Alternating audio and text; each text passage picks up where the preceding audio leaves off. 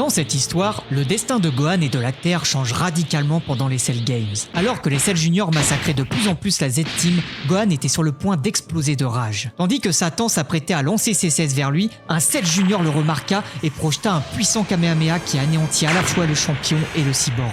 Gohan était tétanisé par la frustration et son impuissance face à l'horreur qui se déroulait devant lui. Cell, frustré, se téléporta directement vers un Goku à bout de force. Misérable. Tu m'avais promis un combattant à la hauteur, et je me retrouve avec un minable pleurnichard. Peut-être que si je te supprime, sa colère émergera enfin. Alors que Cell s'apprêtait à achever Goku, Krillin surgit et utilisa la morsure du soleil pour l'aveugler complètement. Profitant de ce moment, Gohan fonça vers le redoutable cyborg, lui asséna un violent coup et s'empara au passage des Senzu. Il fit ensuite diversion pour éloigner les Cell Juniors de la Z-Team.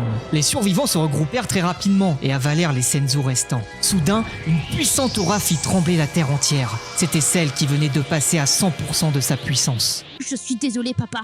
Je n'arrive pas à débloquer ce pouvoir. Pourtant, je suis vraiment en colère contre ce monstre. Ne t'inquiète pas, mon fils. Nous le vaincrons tous ensemble. Ce n'est pas seulement la Terre qui compte sur nous, mais l'univers tout entier. Le deuxième round commença avec une Z-Team portée cette fois par un Gohan à 100%, résolu à supprimer son adversaire. Gohan se jeta sur Cell avec une farouche détermination, pendant que Goku et les autres affrontaient les Cell Juniors. N'ayant plus l'effet de surprise et face à un Goku à 100%, les progénitures de Cell n'avaient plus le dessus. La Z-Team acculait les ennemis, tandis que de son côté, Gohan se faisait violemment repousser. Pourtant, il ne lâchait rien. Il luttait avec une hargne qui rappelait celle de Goku contre Freezer sur Namek. Après un coup terrible, Gohan fut projeté près de ses compagnons. Je ne vois plus aucun intérêt à continuer ce tournoi. Je vais pulvériser non seulement cette planète, mais tout le système solaire. Les deux camps commencèrent à charger leur énergie. Cell et ses Cell Juniors concentraient un Kamehameha massif, tandis que la Z-Team mettait tout son ki à 100%. J'ai une idée, mais il faudra me faire confiance jusqu'au bout. Écoutez bien. Une masse d'énergie titanesque fonça vers nos héros. Le rapport de force était complètement déséquilibré, mais il y a bien d'autres façons de remporter un combat. Les membres de la Z-Team se mirent en ligne et collèrent leurs pieds les uns contre les autres, sauf Gohan.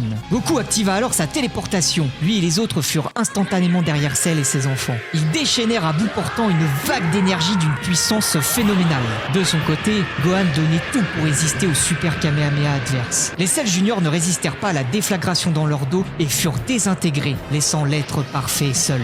Bien que plus puissant, ce dernier ne pouvait plus encaisser davantage. Sa forme à 100% et sa super attaque drainant beaucoup trop son énergie. C'est le moment.